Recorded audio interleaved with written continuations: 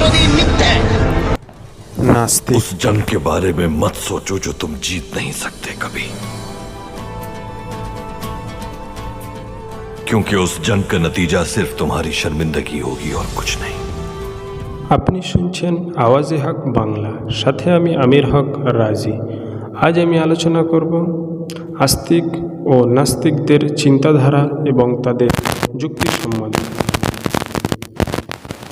তো আসুন আমরা প্রথমে জানি আস্তিক কাকে বলে ও নাস্তিক কাকে বলে, এবং তারপরে জানব তাদের যুক্তি সম্বন্ধে। নাস্তিক নাস্তিক শব্দের অর্থ হল আস্থাহীন বা অবিশ্বাসী।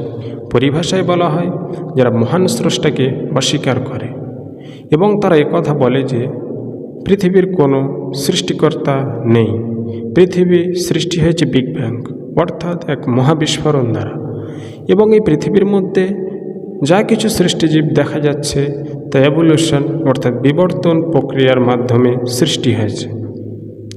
এটি হলো নাস্তিকদের চিন্তাধারা। আস্তিক আস্তিক শব্দের অর্থ হলো আস্থাকারী বা ভরসাকারী। পরিভাষায় বলা হয় যারা ভরসা করে, বিশ্বাস করে মহান স্রষ্টার উপরে, এবং কথা বলে যে এই পৃথিবীকে একজন সৃষ্টি করেছেন, তিনি মহান সৃষ্টিকর্তা, এবং এই পৃথিবীর মধ্যে যা কিছু আছে তা এক সুপার ইন্টেলিজেন্ট তৈরি করেছেন। আর সেই সুপার ইন্টেলিজেন্টকে আস্তিকদের মধ্যে কেউ আল্লাহ বলে ডাকেন, কেউ বলে ভগবান, আবার কেউ বলে যিশু। এটি হলো আস্তিকদের চিন্তাধারা। তো এবার জানব নাস্তিকদের যুক্তি কি। নাস্তিকদের যুক্তি, প্রথমত নাস্তিকদের কাছে র্যাশনালি ও লজিক্যালি এমন কোনো এভিডেন্স নেই যার দ্বারা তারা প্রমাণ করে দিতে পারে যে পৃথিবীর কোনো সৃষ্টিকর্তা বা সুপার ইন্টেলিজেন্টের দ্বারা তৈরি হয়নি। তবুও তারা অযৌক্তিকভাবে সাদামাটা ভোলা ভালা ধার্মিক আস্তিকদের সঙ্গে অযৌক্তিক বিতর্ক করে থাকে, এবং এই বিতর্কের মধ্যে তাদেরকে যখন প্রশ্ন করা হয় যে ভাই তুমি নাস্তিক, তুমি অস্বীকার করছো যে পৃথিবীর কোনো সৃষ্টিকর্তা নেই, তো এর প্রমাণ দাও, এর দলিল দাও। তো সে বলে যে পৃথিবী সৃষ্টি হয়েছে বিগ ব্যাংয়ের দ্বারা। তো আপনি ভাবুন, তাকে প্রশ্ন করা হচ্ছে কে সৃষ্টি করেছে, কর্তা সম্বন্ধে, এবং সে উত্তর দিচ্ছে বিগ ব্যাংয়ের দ্বারা, ক্রিয়া সম্বন্ধে। তো এর দ্বারা বোঝা যায় যে তারা কতটা অজ্ঞ। শুধু অজ্ঞ নয়, বরং অজ্ঞতার শেষ অবস্থায় পৌঁছে গেছে। তাদের কাছে না আছে কোনো এভিডেন্স যার দ্বারা তারা প্রমাণ করতে পারে যে স্রষ্টা নেই। এবার আসুন আস্তিকদের যুক্তি। আস্তিক ভাইরা র্যাশনালি ও লজিক্যালি যে প্রতিটি বুদ্ধিসম্পন্ন মানুষের খুব সহজেই বুঝে আসে। যেমন ধরুন যে আপনার হাতে যে অ্যান্ড্রয়েড ফোনটি আছে, তো অবশ্যই কেউ না কেউ তৈরি করেছে, কথা কেউ অস্বীকার করতে পারবে না, এবং কথা বলতে পারবে না যে ফোনটা এমনি এমনি তৈরি হয়ে আমার হাতে চলে এসছে। তো তাহলে আপনি ভাবুন এটা কেমনভাবে সম্ভব? এ বিশাল মহাবিশ্ব, গ্রহ নক্ষত্র, বিশাল বিশাল পাহাড় সৃষ্টিকর্তা ছাড়াই একা একা সৃষ্টি হয়ে গেছে, এবং তা শুধু সৃষ্টি হয়নি, বিলিয়ন বিলিয়ন ইয়ার্স ধরে সুন্দরভাবে পরিচালনা হচ্ছে। তো এটা একটি কমন সেন্স, এর জন্য বিশাল লেখাপড়া, উচ্চশিক্ষিত হওয়ার প্রয়োজন হয় না। এটা একটি কমন সেন্স যা প্রতিটি বুদ্ধিসম্পন্ন মানুষের খুব সহজেই বুঝে আসে।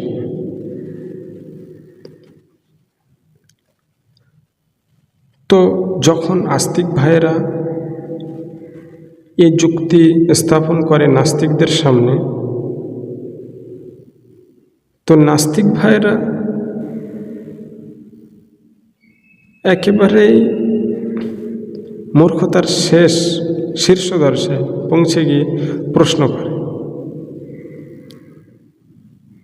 যে ভাই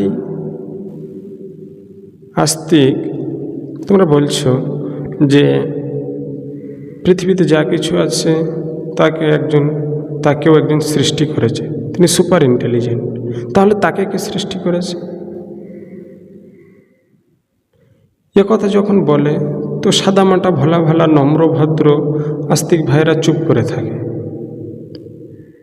এই সুযোগে নাস্তিক যা ইচ্ছা তাই বলতে থাকে এবং বলে যে তোমরা অন্ধভক্ত, যুক্তি ছাড়াই সব কিছু মেনে নাও। কিন্তু আমরা নাস্তিক, যুক্তি ছাড়া কিছুই মানি না। তো আমি ওই নাস্তিককে বলি যে চাঁদু, তুমি এখনো চাঁদ দেখোনি? যে একটা আনলজিক্যাল প্রশ্ন করে এবং যা ইচ্ছা তাই বলে। আনলজিক্যাল কেন?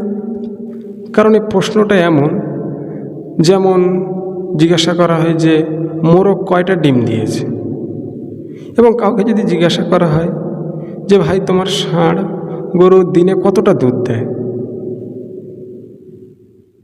এটা প্রশ্নটা ঠিক এমনই।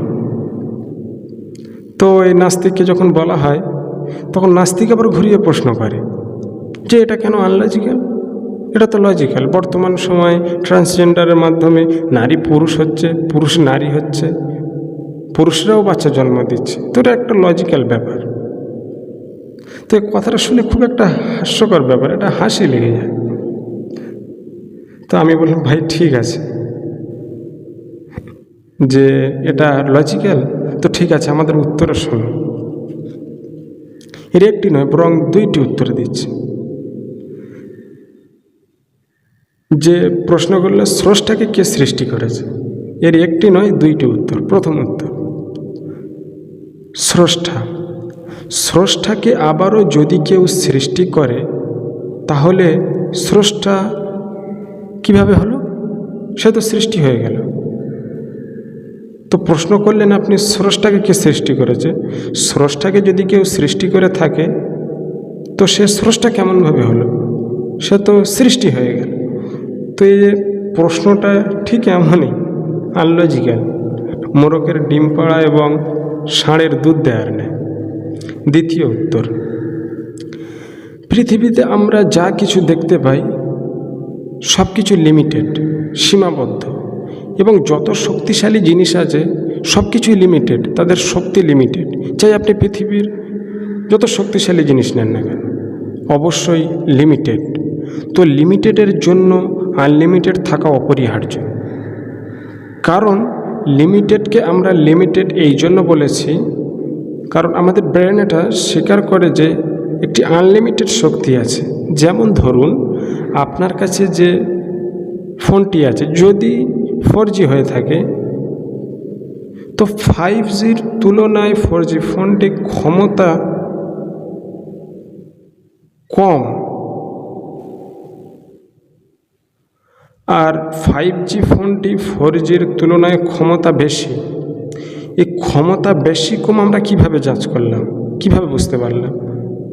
এটা বুঝলাম যে 4G অল্প ক্ষমতা, 5Gর বেশি ক্ষমতা, এই জন্য 4Gকে কম ক্ষমতাশীল বললাম, এবং 4Gর কম ক্ষমতা এই জন্য 5Gকে বেশি ক্ষমতা বললাম। তো পৃথিবীতে আমরা মানুষ, আমাদের শক্তি লিমিটেড, আমাদের জ্ঞান লিমিটেড। তো এই লিমিটেড জিনিসকে বানানোর জন্য একজন সুপার ইন্টেলিজেন্ট আনলিমিটেড ক্ষমতাশীল অবশ্যই থাকবে, আর তিনি হলেন সৃষ্টিকর্তা। তাকে কেউ আল্লাহ বলে ডাকে, তাকে কেউ বলে ভগবান, আবার কেউ বলে যিশু। তো তবে একজন থাকতেই হবে আনলিমিটেড ক্ষমতাশীল, যে এই লিমিটেড জিনিসগুলোকে সৃষ্টি করেছে।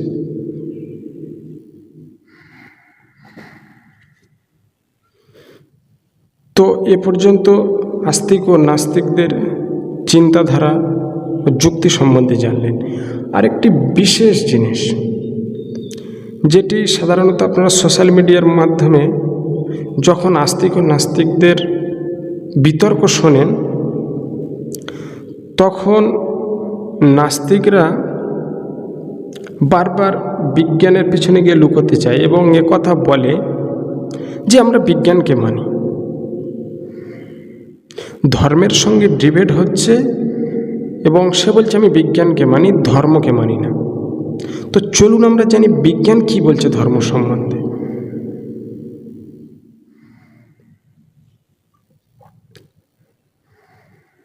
তো আশ্চর্যের বিষয় এটাই যে সায়েন্স নিজে একথা স্বীকার করে যে সায়েন্সের বিষয় ধর্ম সম্বন্ধে আলোচনা নয় এবং স্রষ্টার সম্বন্ধে সায়েন্স কোনো যুক্তি দেন না। তো এই তথাকথিত নাস্তিকরা এই সায়েন্টিফিক যুক্তি কোথায় পেল, যার দ্বারা তারা বারবার এই বিভ্রান্তকর নাস্তিক মতবাদ প্রমাণ করে যে আমরা সায়েন্সকে মানি। আর আমি এটা বলছি এমনি অযৌক্তিকভাবে বলছি না, এবং আমার কাছে কোনো এভিডেন্স নেই এমনটা নয়। কারণ আপনাদের সামনে একটা আর্টিকেল দেখাচ্ছি, দেখেন। এই আর্টিকেলটি পড়লে আপনি বুঝতে পারবেন যে আর্টিকেলটি ন্যাশনাল একাডেমি অফ সায়েন্সের ওয়েবসাইট থেকে প্রকাশিত হয়েছে, যেখানে পরিষ্কার সায়েন্স বলেছে যে আমাদের বিষয় নয় যে আমরা ধর্ম সম্বন্ধে আলোচনা করি, এবং সায়েন্স ধর্মের সৃষ্টিকর্তা নিয়ে আলোচনা করে না। তো তাহলে আপনি ভাবুন যে সায়েন্স ধর্মের সৃষ্টিকর্তা সম্বন্ধে আলোচনা করে না, তো সেই ধর্মকে অযৌক্তিক প্রমাণ করার জন্য নাস্তিকরা কেমনভাবে সায়েন্টিফিক থিওরি ব্যবহার করতে পারে, সায়েন্সকে ব্যবহার করতে পারে। তো এটা নাস্তিকদের একেবারে একটা ফ্রড, ধোঁকাবাজি, মূর্খামি ও অজ্ঞতার পরিচয়। তো তাই ভাই বলি আপনাদের, যারা এই আমার ভিডিও দেখছেন, এই বিভ্রান্তকর, অযৌক্তিক, আনলজিক্যাল, নোংরা মতবাদের শিকার আপনারা হবেন না। অবশ্যই এই নাস্তিক মতবাদ থেকে আপনারা দূরে থাকবেন এবং নিজেদের কমন সেন্সকে কাজে লাগাবেন। हम सालों से जंग लड़ रहे हैं। गद्दार, दोस्त, दुश्मन सबकी पहचान होनी चाहिए। दुश्मन को मालूम होना चाहिए कि उसने तलवार भी निकाली अपनी, उसी तलवार से उसका सर कलम होगा। जरा सी देर नहीं।